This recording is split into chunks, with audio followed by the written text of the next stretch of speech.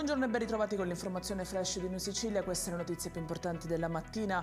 In apertura la confisca di beni per 1,5 milioni di euro a imprenditori accusati di aver finanziato la latitanza di Matteo Messina Denaro nel mirino un'azienda agricola di San Giuseppe Jato.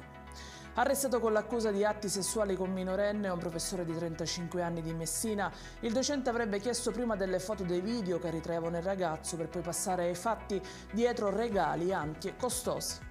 È partita da Catania invece una vasta operazione contro la pirateria audiovisiva con perquisizioni in diverse città italiane nei confronti di 21 persone, numerosi sequestri effettuati nei confronti degli appartenenti ad un'associazione a delinquere operante anche all'estero.